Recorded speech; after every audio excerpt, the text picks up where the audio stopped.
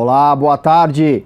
Meio-dia e 17 minutos, estamos ao vivo dos estúdios da B3 em São Paulo. Eu sou o Márcio Croin e este é o programa Dinheiro na Semana, o seu ponto de partida semanal na economia. O convidado do programa de hoje é o Fernando Fagundes, CEO da Unicred do Brasil, uma instituição financeira cooperativa com mais de 192 mil cooperados em todo o país. O Fernando vai contar para a gente como aproveitar a queda de juros para melhor aproveitar um financiamento. Se você está com dúvida sobre o que fazer com aquela taxa alta de juros que come parte da sua renda, todos os meses o Fernando está aqui para ajudar a repensar esse crédito. Não tem como perder o programa de hoje, não é mesmo? Então aproveite e compartilhe o nosso link para mais gente aproveitar as dicas sobre crédito e financiamento. E se você tiver dúvidas, escreva aqui na área de comentários do Facebook a sua pergunta que o Fernando responde para você depois da participação do nosso comentarista de economia, Luiz Arthur Nogueira. Antes de ir para o nosso telão, eu lembro que para receber todos os nossos alertas de vídeos ao vivo pelo Facebook, é preciso habilitar a ferramenta. Você já está na página da Dinheiro, então é só clicar no botão seguindo e ver se as notificações estão ativadas. Vamos para o nosso telão ver quais são as informações quentes que vão movimentar a economia nesta penúltima semana do ano. E que beleza, né, gente? Ano terminando, semana acabando. Eu começo com o giro de informações quentes do dia, mesmo com a notícia do julgamento em segunda instância do ex-presidente Lula, marcado para o próximo dia 24 de janeiro, fato que foi comemorado pelo mercado financeiro. O impasse sobre a reforma da Previdência ainda trava o Ibovespa. Na semana passada ele fechou praticamente estável aos 72.607 pontos, queda de 0,17% na comparação com a semana anterior. Não é esperada uma forte alta, nem uma forte queda nessas duas últimas semanas do ano. Agora há pouco, o principal índice da B3 estava aos 73.073 pontos, 0,64% de alta. Nosso próximo item é o câmbio. O dólar também reflete a expectativa dos investidores com a aprovação da reforma da Previdência, como eu venho destacando nas últimas semanas. Mas na semana passada, a alta dos juros nos Estados Unidos ajudou a divisa americana a se valorizar em todo o mundo. Houve uma pequena correção e o dólar encerrou a semana com alta acumulada de 0,38% aos R$ 3,30. Há 15 minutos atrás, a moeda americana estava sendo negociada aos R$ 3,28, 0,75% de queda. Para fechar o giro de informações quentes deste começo de tarde, vamos ver o que está em destaque no www.istoedinheiro.com.br. A manchete do site da Dinheiro é a Eletrobras, que prevê desinvestimentos de 4,6 bilhões em plano de negócios 2018-2022. O Bitcoin, que começou a ser negociado na maior bolsa de mercados futuros do mundo. E a entrevista com o CEO da Movida, o Renato Franklin, ao programa Moeda Forte. E a principal reportagem da Dinheiro nesta semana é o perfil de João Amoedo, o pré-candidato do Partido Novo à presidência da República. Você vai entender quem é e o que pensa esse executivo que deixou o mercado financeiro para mudar a política brasileira e tem atraído muitos empresários para disputar as eleições. Saiba o que o Amoedo pensa e o que ele pode fazer se chegar ao Planalto na edição que está nas bancas, no tablet e no site da Dinheiro. Eu volto para o telão para destacar a agenda da semana e o que pode mexer com o seu bolso, os seus investimentos e o seu negócio. Esta semana vai ser bastante concentrada nos índices de inflação. Hoje, segunda-feira, a zona do euro mostra o comportamento do índice de preço ao consumidor. Ele deve ser um pouco pressionado pelos preços da energia, mas nada que prejudique a inflação comportada do ano. O avanço esperado é de 0,1%, o que vai dar 1,5% no acumulado do ano. Esse é o primeiro sinal de que o crescimento global nas economias avançadas continua bastante controlado, sem prejudicar países como o Brasil. Amanhã, terça-feira, é a vez do índice de preço ao consumidor nos Estados Unidos. Ele deve ter uma pequena ascensão como na Europa, mas nada que faça o mundo se preocupar com o comportamento da mais importante economia do mundo. No acumulado do ano, esse indicador deve acumular 1,4%. Uma pausa nos índices de inflação para falar do PIB do terceiro trimestre de um dos nossos vizinhos, a Argentina. Na quarta-feira, a expectativa é de um avanço forte no terceiro trimestre para 4,3% ao ano. Se confirmado, esse crescimento será o maior do país desde 2013 e uma boa notícia para o Brasil. Afinal, a Argentina é um dos nossos principais parceiros comerciais. Eu passo para a próxima tela e volto a destacar e a falar sobre os índices de inflação agora no Brasil. Na quinta-feira, teremos dois importantes dados a serem divulgados por aqui. A primeiro A primeira é o relatório trimestral divulgado pelo Banco Central sobre a expectativa de inflação no quarto trimestre.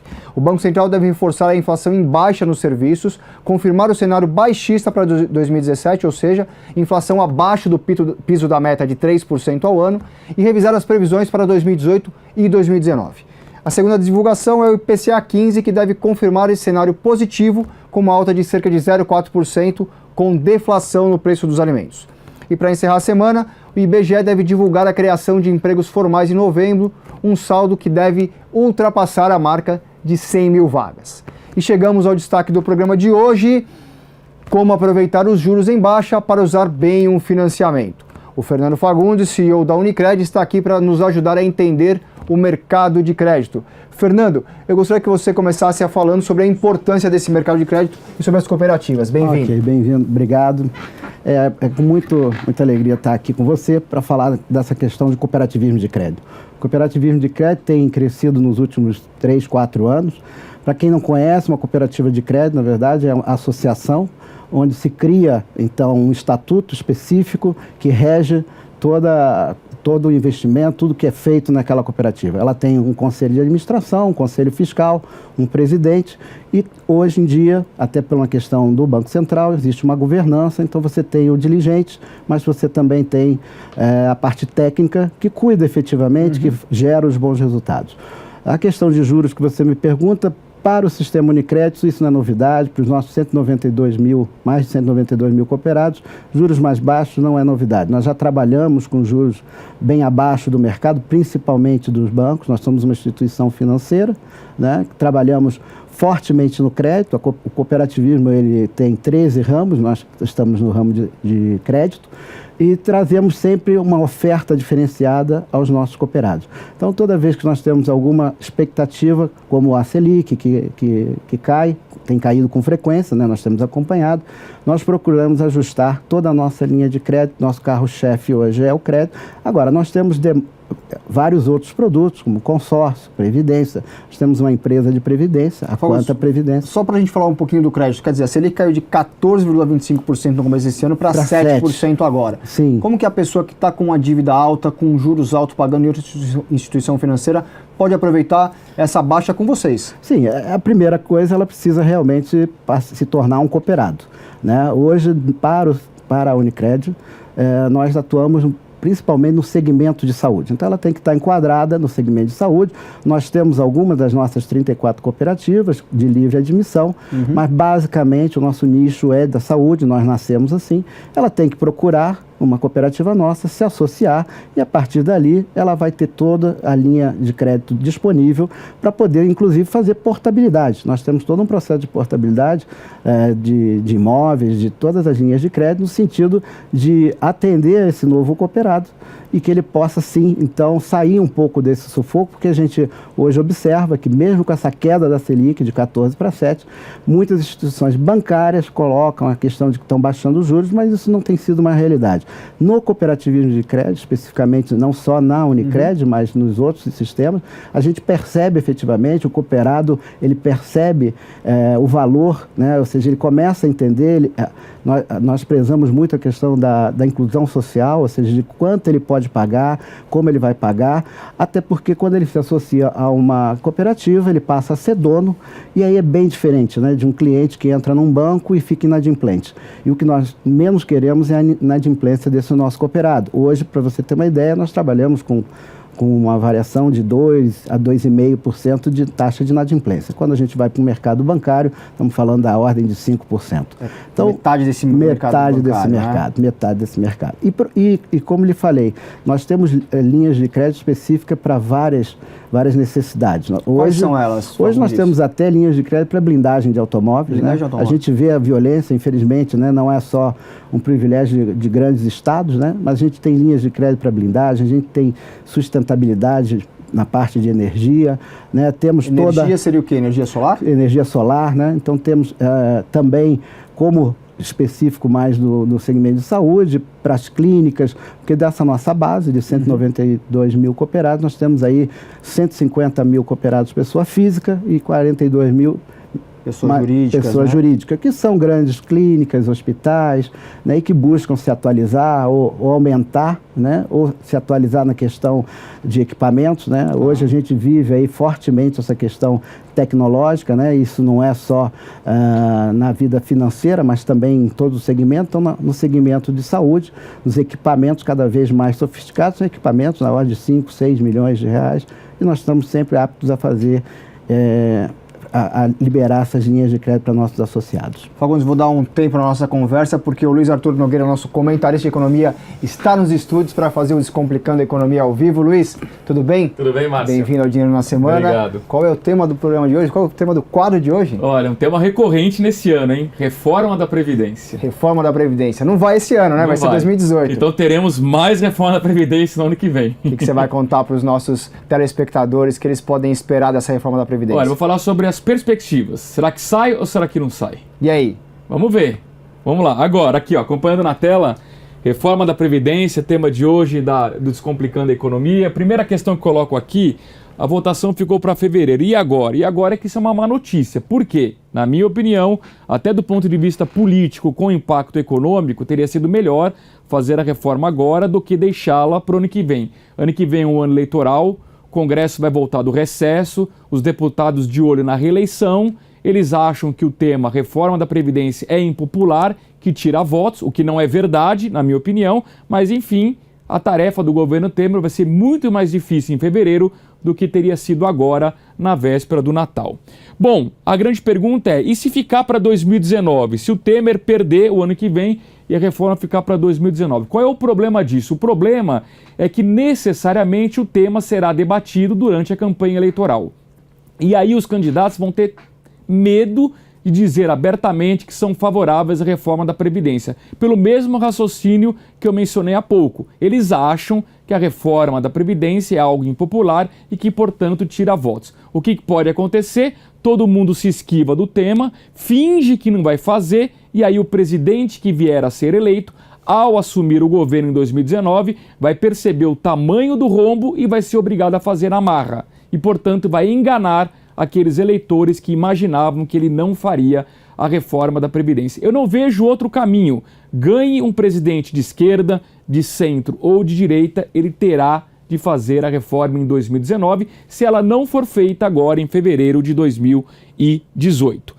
Essa reforma ela é justa? Na minha opinião, sim. Por quê? Primeiro, porque ela iguala as regras do setor público com as regras do setor privado, o que me parece muito justo, e porque ela atinge quem ganha mais e não quem ganha menos, né? Quem é contra fica divulgando falsas notícias de que a reforma é contra aquele trabalhador mais humilde, mais carente. Isso não é verdade. Ao contrário, a reforma atinge quem ganha mais, tanto no setor público quanto no setor privado. E por fim, vale a pena tanto esforço por uma mini reforma? Eu acho que sim.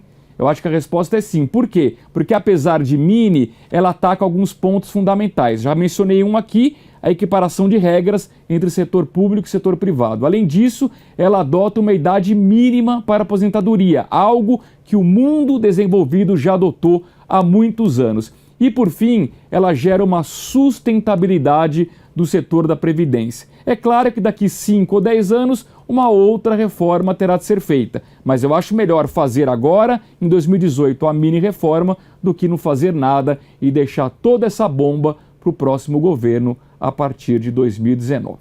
Bom, o quadro Descomplicando a Economia termina por aqui. Eu volto agora apenas em 2018, no dia 22 de janeiro, mas antes de encerrar, Marcos, queria fazer uma pergunta ao Fagundes. Claro. Pode ser? Ele é todo seu.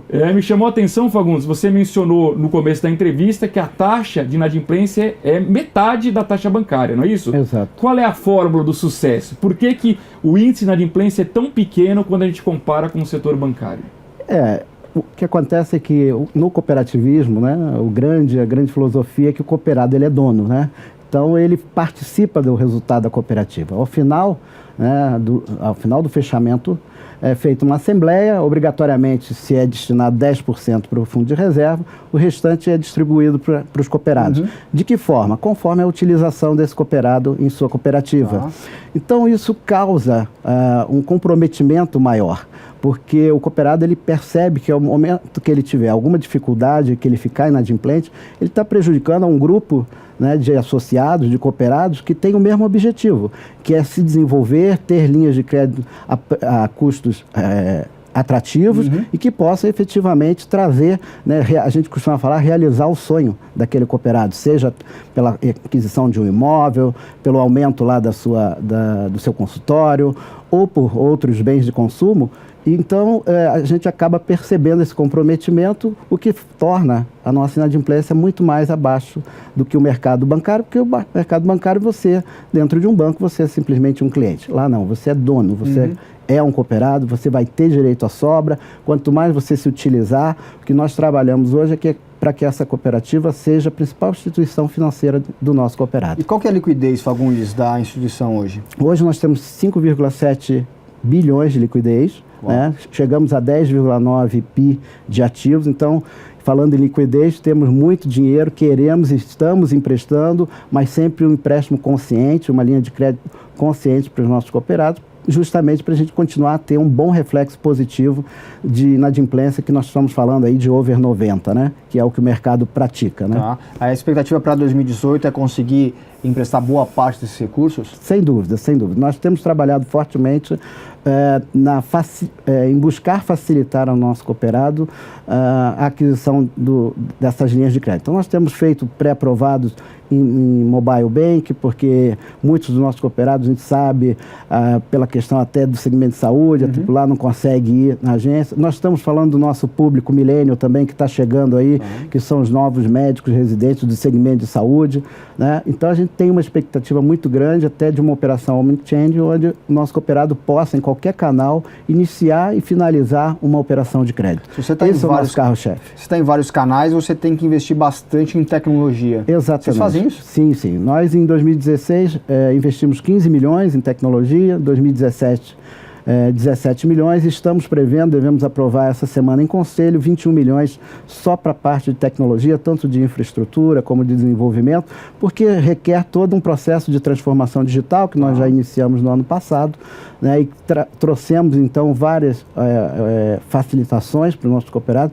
Uma das coisas foi o Associe-se. Hoje o cooperado, uma pessoa que quer se cooperar, num primeiro momento, isso nós estamos tratando como uma experiência, Márcio, num primeiro momento, pelo seu mobile, ele pode se associar, pelo endereço, a gente identifica qual é a cooperativa mais próxima, se ele se adequar, ele passa a ser um associado. E por que eu chamo de uma experiência, Márcio? Porque futuramente, para 2018, nós queremos trazer a ele não só a questão dele se associar, mas de ele já ter pré-aprovado linhas de crédito para financiamento de veículos, para financiamento de todas as linhas de conta garantida, cheque especial, mesmo um consórcio, ou seja, que ele possa efetivamente, ao final desse processo, dizer assim, eu sou um cooperado e tenho todas as linhas de crédito, na qual, é lógico, passamos por todo um processo de avaliação, né, como qualquer instituição bancária, até por ser regido pelo Banco Central, temos que respeitar toda a questão de provisão, de liberação de crédito, credit score,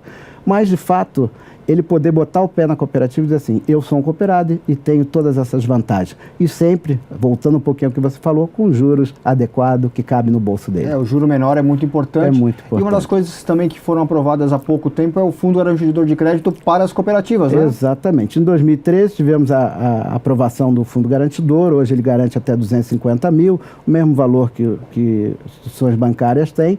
Nós temos hoje 750 milhões lá de patrimônio, né? E é uma garantia a mais aos nossos cooperados, né? A gente sabe que, por mais que o cooperado confie na cooperativa, porque ele é dono, mas ele também quer ter uma garantia e isso nos tornou também ainda mais seguro no mercado de cooperativismo. Essa segurança que esse aporte é bastante positivo. Acho que isso também é mais um ponto positivo para vocês. Eu estava falando, antes da gente começar o programa, sobre o ticket médio de vocês, que é mais alto do que a média de mercado, né? Sim, Por que essa diferença? Porque como nós somos do segmento de saúde, nós nascemos no segmento de saúde, como eu lhe falei, nós temos aproximadamente aí 50 mil CRMs, né? Então, o nosso ticket médio hoje, ele é em torno de 10 mil reais. É um ticket considerado alto, deixa de ser um varejo. A gente costuma comentar que somos um sistema de cooperativismo de crédito premium, né? Ou seja, não em questão de desmérito com os demais sistemas co-irmãos, mas nós já nascemos assim, segmentados. E temos tido resultado, né? Agora para esse ano de 2017, vamos chegar a aproximadamente aí 270 milhões de sobras. Então isso é um resultado bastante expressivo. Agora em novembro fechamos com 257 milhões. Então vamos fechar com 270 milhões, que vai nos dar aí um aumento de 20% a 25% para o sistema como um todo. E isso para o momento que a gente vive, sabemos que estamos num momento de recuperação, expectativa de PIB maior ano que vem, né? Mas já estamos assim bastante satisfeitos com esse resultado, sem dúvida. 270 milhões de sobra, o que esse dinheiro acontece com esse dinheiro? Ele é distribuído entre os cooperados? Ele é distribuído entre os cooperados, como eu comentei agora há pouco, 10% vai para o fundo de reserva. Cada cooperativa faz a sua assembleia e destina, não obrigatoriamente precisa ser todo distribuído, pode ser investido, né? Pode ser feito investimentos na própria cooperativa, mas na grande maioria esse é o momento de agraciar os nossos cooperados com crédito na sua conta desse retorno. Lembrando sempre que é proporcional à sua utilização. Eu quero dizer que se o Fagundes e o Márcio são de uma cooperativa, se tiver uma sobra de 50 mil reais, não obrigatoriamente cada um receberá 25 mil. Vai depender da utilização. Ou seja, se o Fagundes se utiliza do cartão de crédito, tem consórcio, linhas de crédito, faz cobrança, todos os produtos que a gente tem, e o Márcio apenas utiliza para receber lá um benefício, um salário e transferir, ele vai ter um valor menor nessa sobra. Depende da atuação dessa pessoa dentro da cooperativa. E não o capital social, né? Porque eu não sei se eu comentei, toda vez que você se associa, você tem um capital social, um aporte de capital social, que é corrigido por CDI, mas que só lhe garante um voto nessa Assembleia. Ou seja, independente se eu tenho um capital social de 5 mil e você de 50 mil, nós temos o mesmo voto, é único. Fagundes, para a gente encerrar a nossa entrevista, eu queria que você falasse um pouco sobre sua expectativa para 2018. Está otimista com o ano? O que você enxerga para o Brasil em 2018? Sim, nós estamos muito otimistas, nós continuamos pensando em expansão, em crescimento do sistema, né? Tanto orgânico como inorgânico. No nosso planejamento estratégico, a gente está prevendo continuar aumentando os nossos pontos de atendimento. Hoje nós temos 239. Então, queremos expandir aonde estamos, nos 10 estados que estamos hoje, e ir para alguns estados que ainda não estamos. A expectativa, por onde eu passo e vejo grandes economistas falando, é realmente de um crescimento do PIB de 2% a 3%. E nós temos percebido por parte dos nossos cooperados essa confiança no mercado. Então a gente continua crescendo no nosso carro-chefe, que é crédito, né? E é por aí que a gente vai continuar, dando crédito, liquidez não falta e seguindo, dando oportunidade ao nosso cooperado a realizar seus sonhos. E crédito é um motor para o Brasil, né? Motor então tem que entender que ele é importante e tem que ir para frente, né? Sem dúvida, sem dúvida. Fagundes, obrigado pela sua participação. Eu que agradeço, tá? E obrigado a você pela companhia neste Dinheiro na Semana de 18 de dezembro de 2017. Lembrando que os 2 próximos programas são os especiais Retrospectiva e Perspectiva. Boa semana, bons negócios, tchau!